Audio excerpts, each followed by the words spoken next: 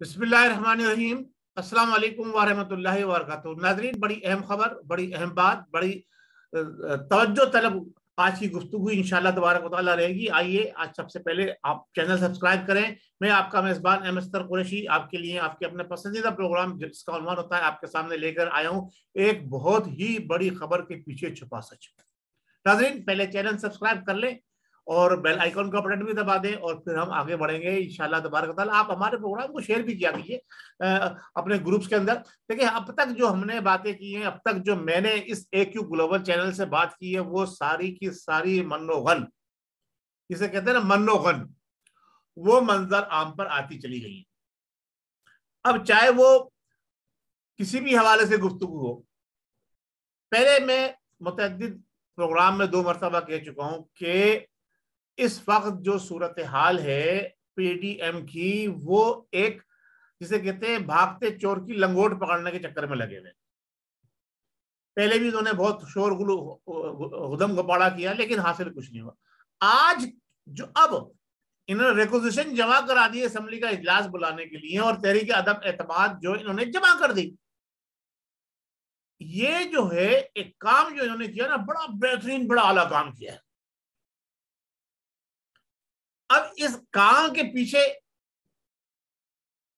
और इसके असरात, यानी तहरीक अदम एतमाद अगर पेश, अब तो उन्होंने कर दी, अगर इस पर वोटिंग हो जाती है तो इसके असरात पाकिस्तान की मईशत पर क्या होंगे, पाकिस्तान की सियासत पे क्या होंगे, और सबसे बढ़कर पाकिस्तान की अवाम पर इसके क्या असरात मुरत्तब होंगे। नाज़रीन, हमारा इंटरेस्ट ये है कि अदम एतमाद हो, चाहे अदम क्या नाम है तवज्जो हो, चाहे अदम एहतसाब हो। अगर एहतसाब हो जाता तो ये अदम एतमाद की तहरीक ही नहीं आती। मईशत पे असरात कितने बुरे पड़ने हैं उसका तो बहुत जल्द आपको अंदाजा हो जाएगा। अवाम पे जो असरात बुरे पड़ेंगे उसके लिए हम फिक्रमंद हैं, क्योंकि हमारा चैनल जो है, जो मैं अपनी सारी बात करता हूँ अवाम की नुमाइंदगी करते हुए, अवाम को हकीकत हाल से आगाह करने के लिए, और उनके लिए दुआ गो भी रहता हूँ। और अपने जिम्मेदारान से, जो चाहे वो सियासी जिम्मेदार हो, चाहे मजहबी जिम्मेदार हो, चाहे अस्करी जिम्मेदार हो, उनसे कहता हूँ अवाम की फलाह और बहबूद के लिए आप काम करें। उस तरफ कोई भी नहीं आ रहा। 3.5 पौने 4 साल तकरीबन होने को जा रहे हैं, 4.5 साल तकरीबन होने को जा रहे हैं। नियाजी साहब ने जो कुछ अब तक किया है वो सब आपके सामने है, उस पर डिटेल बहस सब बेकार है। अब यह है कि अब वो इस अदम साहब से, अदम एतमाद से और किस तरह से बाहर निकलेंगे। बॉडी लैंग्वेज जो नियाजी साहब ने बिलावल भुट्टो जरदारी की मार शुरू होने के बाद से अख्तियार करी, उस बॉडी लैंग्वेज ने उस मार्च को मजीद कामयाब बनाया। अब लोग जो हैं पंजाब के जयाले बनकर मैदान में निकल कर आ गए, वरना कल तक आपको पता है कि पंजाब में पीपल्स पार्टी जो थी वो उसका बिस्तर बढ़िया गोल हो चुका था। लेकिन इमरान नियाजी साहब और उनके वुज़रा और सुफरा और उनके मुशीर, उन्होंने इस तहरीके को इतनी हवा दी, इतना उन्होंने जनाब अली जिंदा रखा अपोजिशन को। अपोजिशन तो कब के मर खप गई थी। अगर इमरान नियाजी साहब के साथी, उनके मुशीर, उनके सफीर, अगर वो सही तरीक़ेकार अख्तियार करते तो ये तहरीके अदम एतमाद तो बहुत दूर की बात, इनको जरूरत नहीं होती कि ये मौजूदा हुकूमत के खिलाफ कोई बात कर सकते, क्योंकि जो मुर्दा घोड़े थे उनमें जान डालने के लिए वजीर आजम साहब के हल्का अहबाब ने इंतहाई अहम किरदार अदा किया है। ये साजिश थी, ना दानिशगी थी, ना तजर्बेकारी थी, ये तो अल्लाह बेहतर जानता है। लेकिन मेरा तज्जिया ये कहता है कि अपोजिशन को मुत्तहद करने और मुत्तहदा अपोजिशन बनाने में नियाजी साहब के अपना भी किरदार है काफी हद तक, बल्कि मैं कहूँगा ज्यादा किरदार नियाजी साहब का है। काफी हद तक नहीं, 70-60% नियाजी साहब का, बाकी रही सही कसर जो है उनके हवारियों ने, उनके चमचों ने, चेलों ने और चपोटों ने पूरी कर दी। और जो बॉडी लैंग्वेज अब आखिरी पिछले 3 माह से नियाजी साहब ने अख्तियार की हुई है, वो बॉडी लैंग्वेज किसी बाजारी आदमी से कम नहीं है।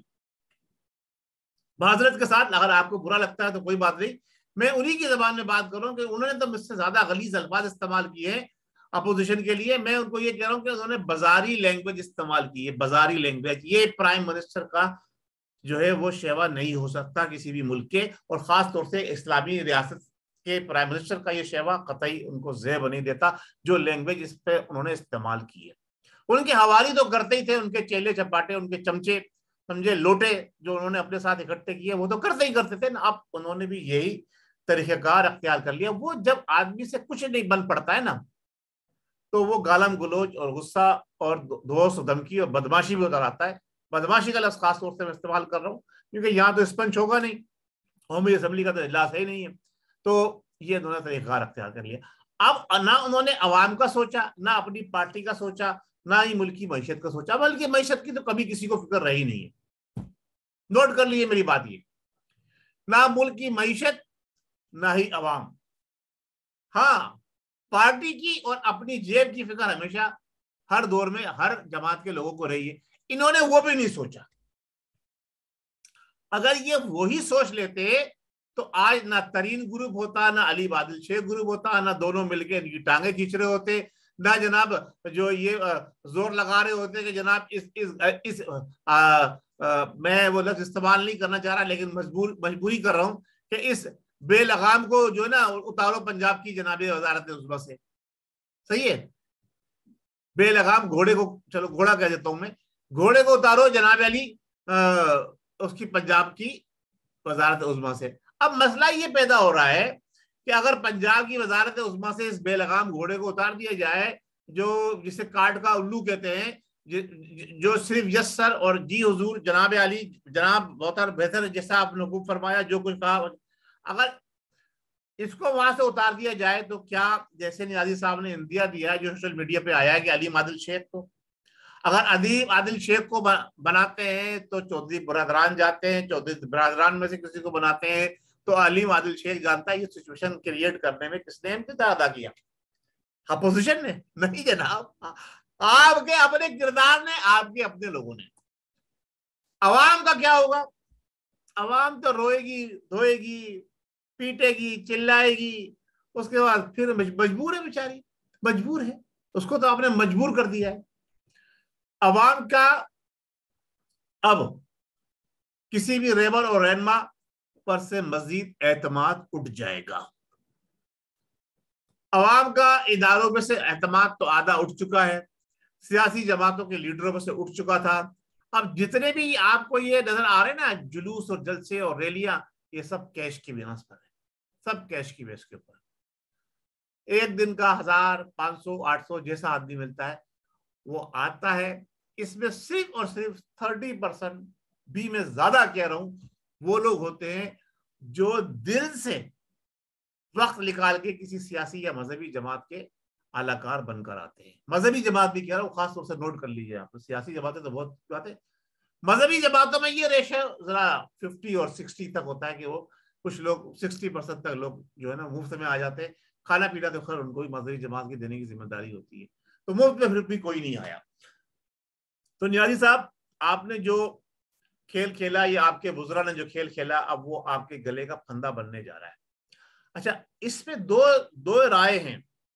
सबसे पहली बात तो मैं आपसे ये बबांगे दहले ये बात कह रहा हूं कि अदब एतमाद एक बार फिर नाकाम हो जाएगी। कामयाब सिर्फ उसी सूरत में होगी जब इस्टेब्लिशमेंट अपोजिशन के पुष्ट पनाही करेगी। बस एक ही रास्ता है अदम एतमाद को कामयाब कराने में कि अपोजिशन के साथ हमारे इदारे, हमारी इस्टेब्लिशमेंट खड़ी हो जाए, तो ये कामयाब हो गई। ऐसा होता हुआ मुझे नजर नहीं आ रहा।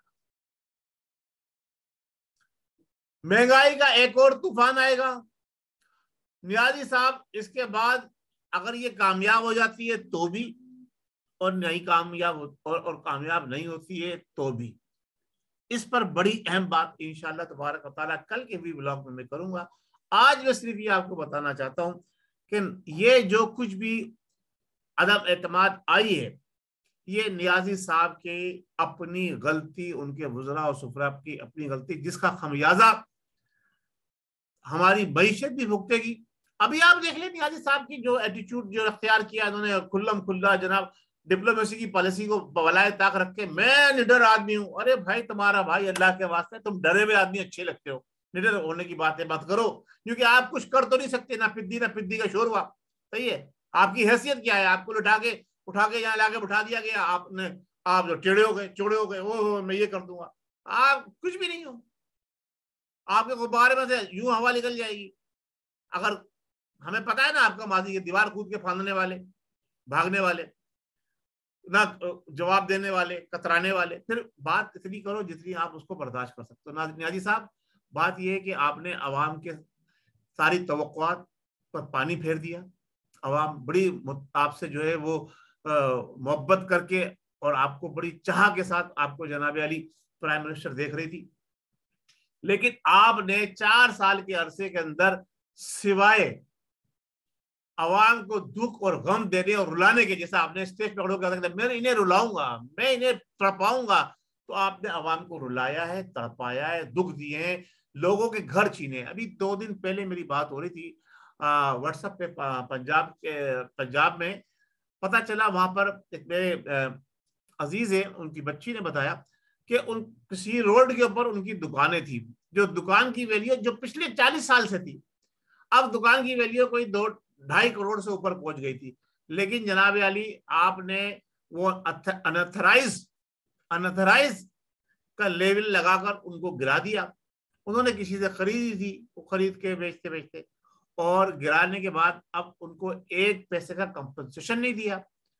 वो घर जो उस दुकान से चल रहा था, वो खानदान जो उस दुकान से चल रहा था, उसमें कोई 20-25 अफराद थे।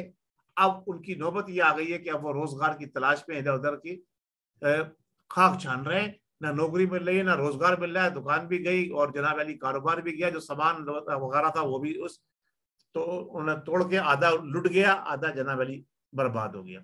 तो ये तो मैं अपने एक जाती यानी तजर्बे वाली बात, करीबी एक अजीज की हवाले से बात बता रहा हूँ। तो ऐसे सैकड़ों लोग हैं जिनको नियाजी साहब आपकी हुकूमत ने बेघर किया, नौकरी किसी को नहीं दी है, नौकरियां छीनी जरूर है आपने, दुनिया भर के अंदर हमारे तमाम इदारों को बदनाम किया, मैशत का जो भुरकस निकाल दिया।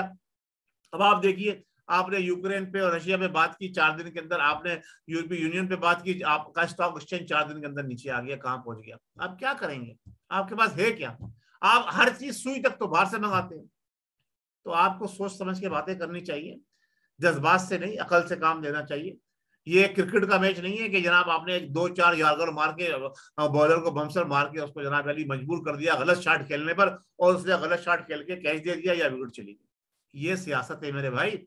या बड़े बड़े पड़े हुए हैं, और आप देखो कैसे कैसे बड़े पड़े हुए हैं, एक दूसरे के जानी दुश्मन, रोडों पे घसीटने वाले, मुर्गा बनाने वाले, क्या क्या करने वाले, वो गले मिल रहे, एक दूसरे को गुलदस्ते पेश कर रहे हैं। सीखो नियाजी साहब, सीखो। आप कहते हो अगर मैं कामयाब, अरे भाई ये बॉडी लैंग्वेज आपका होना चाहिए। आप प्राइम मिनिस्टर ऑफ पाकिस्तान हो, चलो जैसे भी बने, धोखे से आए, मकर से आए, फरेब से आए, हो तो प्राइम मिनिस्टर ऑफ पाकिस्तान ना। मैं नहीं मानता वो बात अलग है आपको प्राइम मिनिस्टर, लेकिन आप रिकॉर्ड पे तो आ गए हो ना, तो आप अकल के नाखून लो। बहुत शुक्रिया। अस्सलाम वालेकुम वरहमतुल्लाहि वबरकातुहू। कल का भी ब्लॉग बड़ा अहम होगा इंशाल्लाह तबारक तआला, उसमें मैं आपको बड़े अंदर की 2-3 बातें आपके साथ शेयर करने जा रहा हूँ। तो वह तस्दीक कराता जरा सा रुका हुआ हूँ, इसलिए कल इंशाल्लाह ताला उन बातों पर गुफ्तगू करेंगे। बहुत शुक्रिया। अस्सलाम वालेकुम वरहमतुल्लाहि वबरकातुहू। पाकिस्तान जिंदाबाद।